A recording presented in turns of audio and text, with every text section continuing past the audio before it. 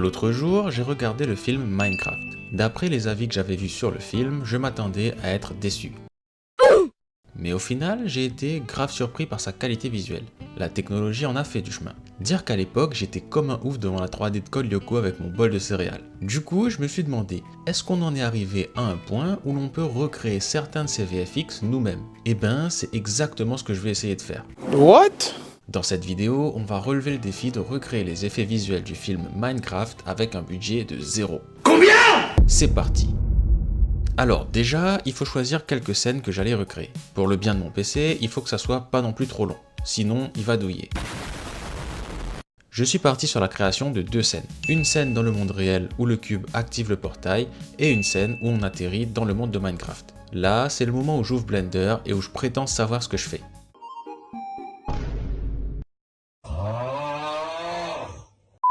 Une fois Blender ouvert et le cube de base supprimé, Tu prends tes fèves et tes raisins secs et tu rentres à Montélimar. j'ai commencé par sculpter une forme de montagne dans un plane. Une fois que ça me convenait, j'ai appliqué un Remesh Modifier pour le passer en mode cubique. Et après quelques galères, voilà le résultat.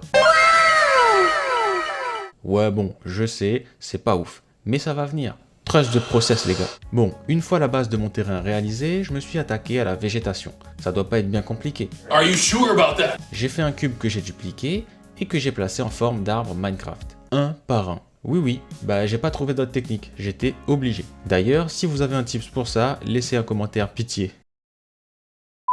J'en ai mis un deuxième pour que ça passe mieux à l'écran, et voilà. Maintenant, il fallait s'attaquer aux textures. J'ai appliqué une texture d'herbe pour le terrain, mais comme vous le savez, les côtés des cubes sont différents dans Minecraft. On voit la terre dessous quoi. Du coup, pour imiter cet effet, j'ai ajouté une seconde texture de terre que j'ai appliquée uniquement sur les faces verticales des cubes constituant le terrain grâce à un mix shader. Et voilà le travail. Puis j'ai ajouté un HDRI histoire d'avoir une lumière un peu plus réaliste et plus tard je suis venu combiner ça avec un soleil histoire d'avoir plus de contrôle sur les réglages de la lumière comme l'angle et la couleur par exemple. Bon, le but c'est de se rapprocher du rendu du film et dans le film les objets sont un peu plus réalistes que le jeu. Pour ajouter cette touche de réalisme, j'ai décidé d'ajouter des herbes, ce qui se passa pas trop bien on va pas se mentir. Ça doit pas être bien compliqué. J'ai d'abord essayé de créer des herbes via un système de particules de cheveux. Sauf que c'était distribué sur toutes les faces de mon terrain, même sur les côtés, où il n'y a pas d'herbe. Et j'en ai mis masse en pensant que c'était mieux pour recouvrir partout.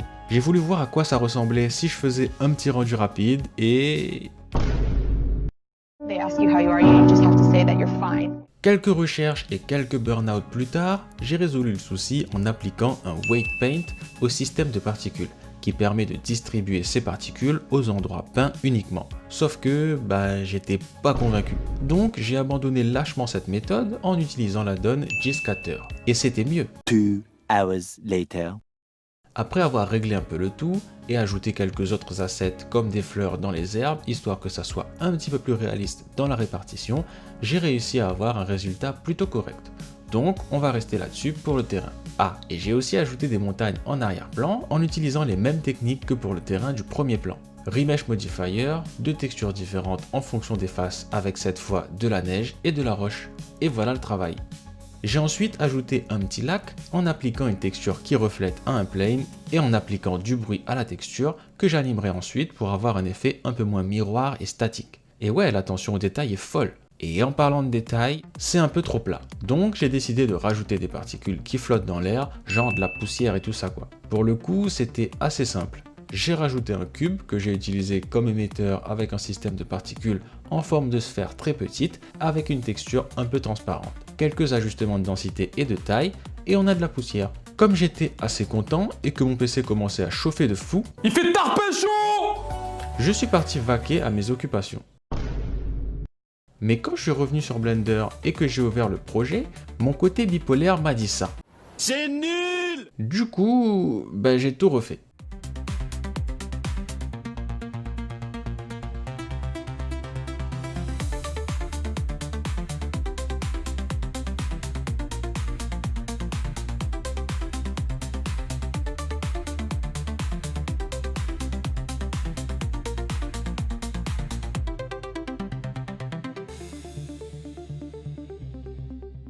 Et voilà le résultat final.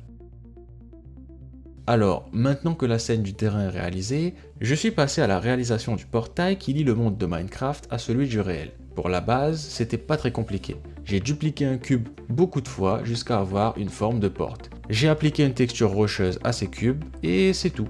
Enfin, c'est tout pour ce qui est du facile. Parce qu'ensuite, il fallait faire l'énergie bleue du portail. Et ça, c'était autre chose. J'ai check quelques tutos sur internet qui expliquent comment faire une texture énergie sous Blender, mais...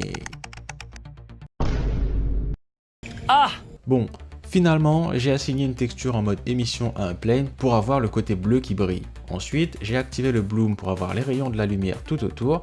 Et pour finir, j'ai ajouté un noise texture un peu plus foncé que j'animerai par la suite pour pouvoir donner l'effet d'énergie en mouvement dans le portail. Ça a l'air simple dit comme ça finalement.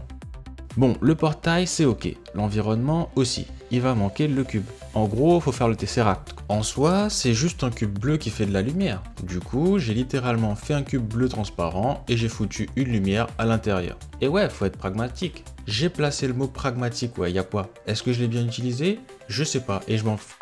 C'était pas trop mal, mais ça faisait un peu trop lisse. J'ai ensuite eu l'idée de rajouter une texture grunge sur le cube. Et ça fait tout de suite plus organique. Mais la lumière dedans est toujours bof. J'ai donc changé de méthode et j'ai mis un cube plus petit à l'intérieur de mon cube sous forme de volume avec une texture émissive et un dégradé pour contrôler la luminosité et la densité du truc. Et ben franchement, c'est pas trop mal. Pour finir, j'ai rajouté la texture grunge en tant que normal map pour avoir un peu de volume sur le cube.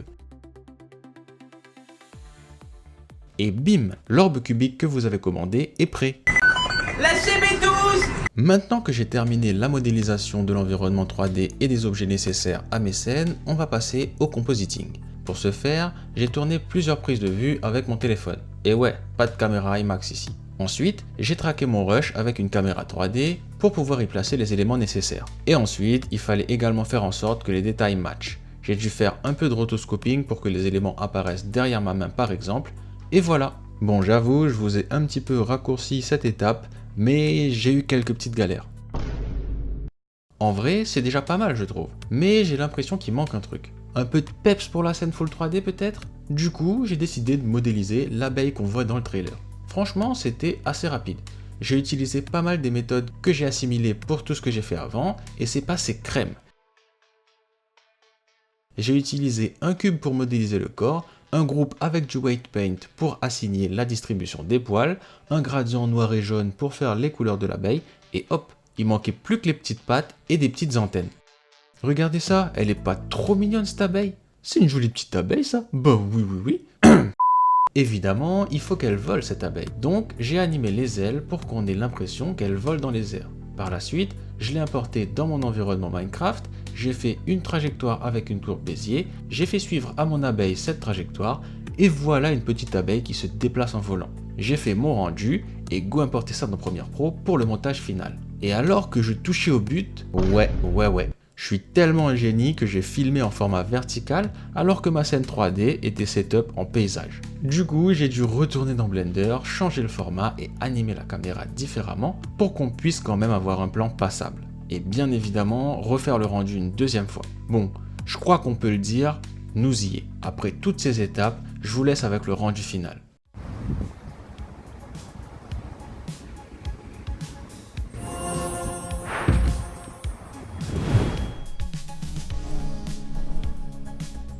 Bon, c'est loin d'être parfait, on est bien d'accord, mais je suis quand même assez content du résultat vu mon niveau de base sur Blender. Dites-moi en commentaire ce que vous en pensez et abonnez-vous pour plus de vidéos de ce genre.